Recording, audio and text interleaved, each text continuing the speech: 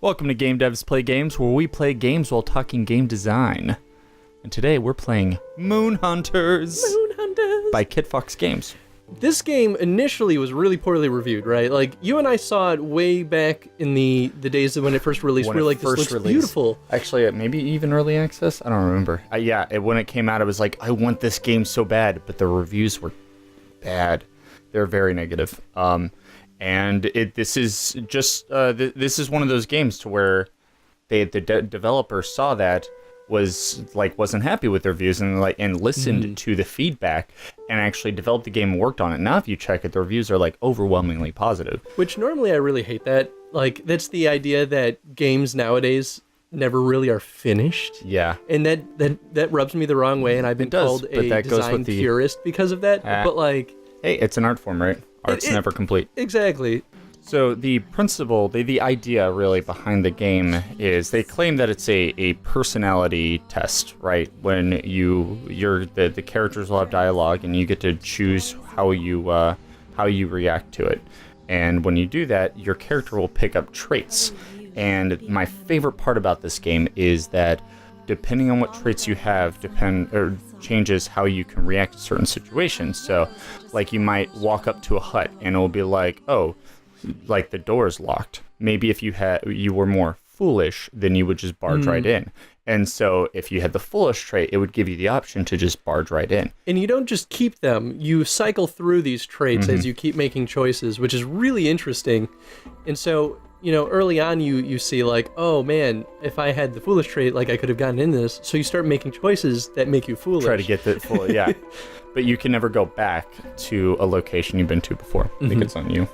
So have you explored a lot of the other characters in this game? Oh yeah, definitely. So do they all kind of have that, they have a primary projectile weapon and then something that kind of slows the opponent from reaching them? There's a little bit of a mix-up sometimes. There's the Spellblade has only melee attacks. Oh, and then that makes sense. Yeah, and then the let's see, can you share some of your water, please? I know you don't have much, but I'm trying to survive until I reach my family. Well, no. Sure. We get to each choose what we want, and I think we'll randomly select which one. So we'll go ahead, here, we'll pick the same thing first. Oh, thank you. I don't know how to repay you, but I'll find a way. Meet me in the Dustfolk village tomorrow. He has 2 teeth. We are compassionate. Oh, I gained compassion, so we don't share. We both did it, because we got the symbol for it. Oh, really? So we both get it. And basically how it works is we got the little, we got 1 point toward compassion. If we got another one, then we would actually gain the compassion trait. Yeah, the Spellblade has close range attacks. The Witch has... her basic attack is close range, but it's all for pushing the enemy away. And but her special attacks are ranged. So she has a little bit of a mix up there. Otherwise, for the most part, yeah, people are ranged. That's an interesting choice. I feel like it makes sense for the the type of gameplay, right? And then making melee kind of that more uncommon thing, especially because the game is primarily designed for cooperative play. So if you have a ton of people that are melee fighters, it just becomes a confusing mess. So since they designed this from the ground up with cooperative play in mind, I think that makes a lot of sense, honestly. Yeah, absolutely. So now we're in a camping phase, and we get to do we get to choose an action to do that will give us stats, and so. Intelligence is for your magic attack, so stargazing is usually the best for her. And then you can choose different things. Cooking is really cool because you get to combine ingredients and try to make something, make food. And when you do that, it'll give you stat points towards everybody, but it's lesser. And so if you have a large group, you should always have somebody cooking. It's pretty cool. You woke to the soft sound of rain pattering on the roof of the tent. You wonder if a storm is coming. Shh, I'm going to sleep. You roll over and go back to sleep, dismissing your late-night fears. When you wake, the sky is clear and your heart is light. I gain 5 spirit. Bam. Eduardo tries to study the sky, but loses interest quickly and sings a song instead. Oh, what? I've never seen it. So basically, foolish. I just failed.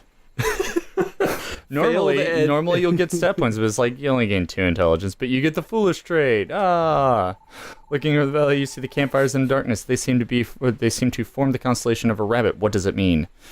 Let's see. Let's go fertility. I mean, both of those really consider count. how the sign of the rabbit might indicate an abundance of joy and harvest in the future. You feel optimistic. Ooh, gains attraction and 5 spirit. So what that means is attraction, energy, other things like that. Basically, it's a temporary stat boost that will only last so long. It will last like a number of days. That makes sense. We're dancing. So you have little commands where if you hold on the right D-pad, do a little dance. This is way better. The Druid's dance is seriously like my favorite thing in the entire world because when I happy dance, that's how I happy dance. Victory pose. I like that the orbs move up when she does this. It seems appropriate. And so, it's something I like racing ahead of people, especially with the Druid, because when he turns into his wolf form, he can go faster than everybody else. And just like so dance. You go to the edge of the screen because you outpace everybody, and then you dance until they catch up. One of the Keats was born with the mark of the sun on his back. I haven't told anyone. What if we're cursed? What should we do? Watch it. Kill it. She frowns, but nods, saying she will obey and dispose of the bird. Ooh. Harsh. Well. Oh, but we get separate. Because we chose different things. You also missed out on a cool opportunity there. Yeah, it's true. I actually did tell her to not kill it when I played this last time. Let's go this way. And it was pretty cool. We have enough opals to buy upgrades. So there aren't like weapons or anything in the game, but you can just like upgrade your character. And this is, mechanically speaking, very, very a very good choice. Because you don't really make your character necessarily more powerful. You just improve the way that their abilities function. So my orbs can stun opponents longer, gravity well lasts longer, increase the maximum teleporting range. I'm going to go with gravity well lasts longer. 15 really isn't much. I was going to say, like, I'm going to save this, but it's 15. Oh. Kapauza.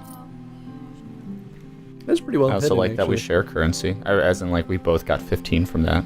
Yeah, I agree, especially because it doesn't dissuade you from playing this game with more people. And I guess a lot of designers do that, right? Where they're like, well, if we don't like split the cost somehow, then the game becomes unbalanced and then too easy. I don't know how they balance it in this. I think they probably just have more enemies or make them more difficult. It's actually not very great. They give the enemies more hit points, but no more show up than normal. So it just takes longer to kill the enemies. I mean, from an engineering standpoint, it kind of makes sense because maybe if they just made more enemies, how many players can you play this game with? 4? 4. Yeah, at a certain point, there's just too many. Yeah. So that's probably just the more practical choice. My descendants grow and flourish, yet still I draw in the temple where to touch moon, new moon, then crescent. So that's a thing to remember. New moon, full moon, crescent. They bring that up multiple times throughout the game. And only one time, my very first playthrough, did I actually find the temple where I had to hit those, but I accidentally stepped on the wrong one, not realizing what it was, and I haven't seen it since. So I haven't got like the real ending, where you actually like find the moon goddess or save her, or I don't actually know. The ritualist is really, really powerful because she can keep her enemies at bay without them ever coming close to her, and then just shoot them. And there are very few. Whoa! There are very few ranged creatures in the game. Actually, I think those might be the only ones. Yeah, I was gonna say I'm very surprised that we've already seen ranged enemies because that was. It's just based off the area. Like those are mountainous creatures.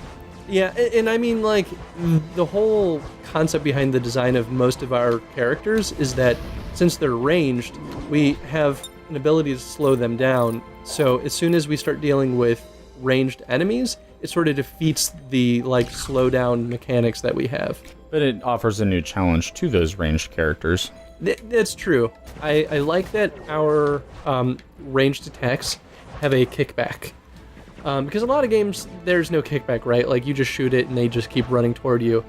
But to make a ranged, focused character like our characters work in a game like this, where you have just swarms of enemies heading toward you, I think the only way to make that work is to have that kickback, so that, you know, you have that little bit of time to, like, throw down something to slow them, and then run away, and then just kind of like slow them even more with your weapon. That fight, I didn't use the gravity well just to like see. Well, you used it once, but I used it once, but I stopped and just started running around and let you handle it, and like you did just fine. oh And yeah. so that's why I think that the hit, like just simply adding more hit points to the creatures was not enough to really make any challenge for multiplayer. That's fair, and I totally agree, because then it just like means that combat takes a little bit longer than it would have if we were just playing single player. And I mean, unless you actually are helping me fight, in which case then it kind of equals out to the same thing. Like, this should be a thing. Why isn't this a thing? There's a lot of cool art assets. You're like, this should be a thing, and it's not. Now I'm disappointed. Well, here's the thing, right? That could be a thing, actually. It just could be that we haven't actually unlocked the capability of interacting with it. I suppose it's possible. Usually there's a little bit more to indicate that, hey, you're not ready for this. But you never know, right? Like, the spirits are a good example where until you unlock Spirit Tongue, you can't talk to them. At least you can, like, go up to them and hear their gibberish, but... Yeah. And you're like, well, I obviously got to learn how to speak to these guys. Sometimes I feel lost, directionless, without the moon to guide me. Nothing tells me what to do. What do you use to find your way? Instinct. My spirit feels stirred, muddled without the clarity that the moonlight brings. Perhaps we should pray that the Queen of Heaven's instincts bring her home. Briefly, a vision of your shared ancestors shimmers by firelight. So now that is a new skin that we can pick for her. Oh, she's one of the playable characters. Yep. Oh, that's awesome, actually. I didn't know that. Here, let's do some cooking. Oh, yeah. I actually didn't cook at all in my one playthrough. It's cool. So normally, like, you'll cook and you'll come up with some, like, get some really cool stats and stuff like that. Mm-hmm. But there's another cool thing about combining some items together.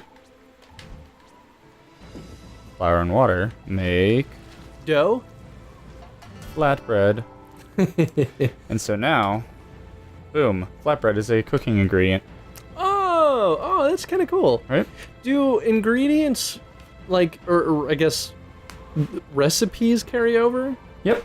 Okay. It's one of those, like, constant continuing things. So every time you play, like, Nick plays this all the time, and he just focuses on cooking ingredients all the time. Sargon! King Marduk announces that the righteous sun has hereby vanquished and destroyed the temptress moon. All tribes are graciously allowed to swear fealty to King Marduk. You, however, must die.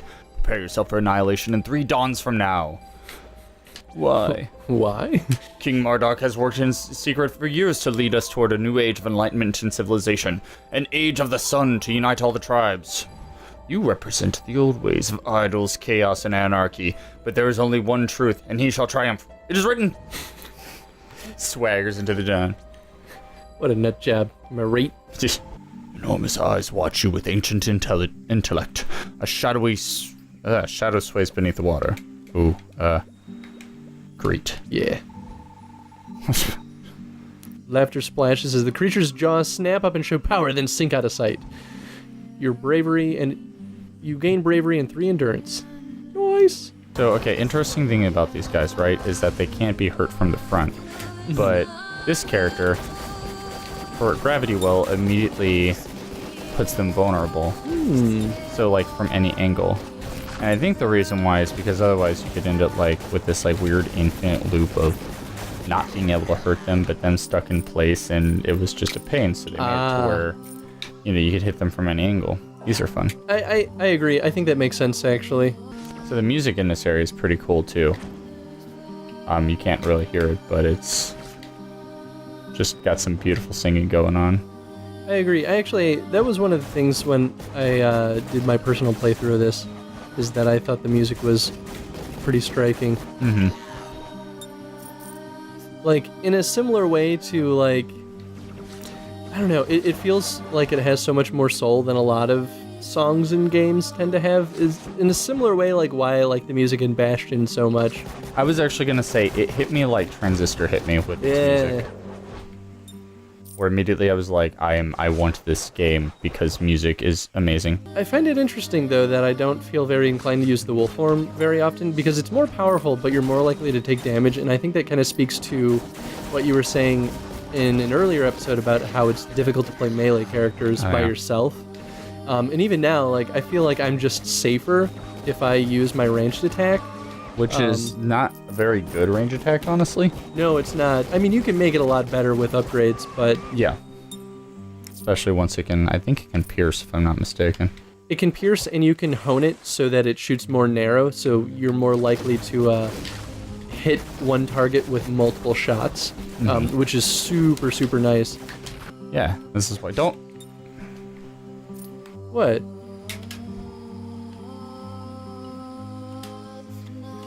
Oh, are you wise by chance? I don't think so.